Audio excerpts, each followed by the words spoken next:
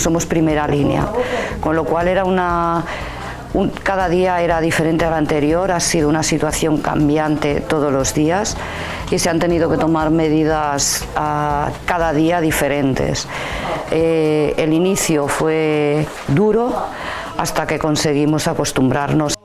Empezamos aislando boxes paulatinamente, gradualmente, conforme avanzaba la pandemia. Llegó un momento en que todo urgencias era zona COVID. Intentamos cuidar mucho a los pacientes no COVID, los poquitos que venían, creando un circuito paralelo de no entrada en el servicio. Y con muchísimo trabajo, mucho esfuerzo por parte de los profesionales, porque se han tenido que modificar horarios, cambiar rutinas de trabajo y adaptarnos haciendo equipo sobre todo, porque nos hemos acostumbrado, nos ha enseñado a trabajar en equipo. Éramos una gran familia luchando por un mismo fin.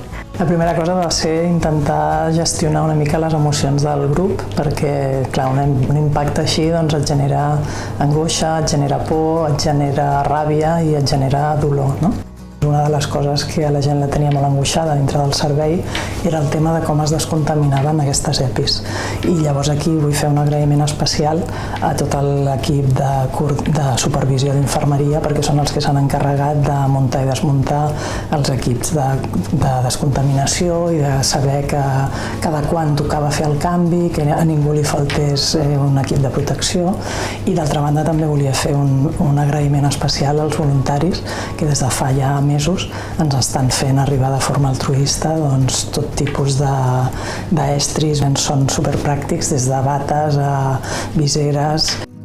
Em sento molt orgullosa de l'equip, tant de metges com infermeres, auxiliars, portalliteres, les senyores de la neteja que s'han fet una currada espectacular i la veritat és que estic molt orgullosa i em sembla que ells a nivell professional també es poden sentir molt contents perquè han fet bona tasca.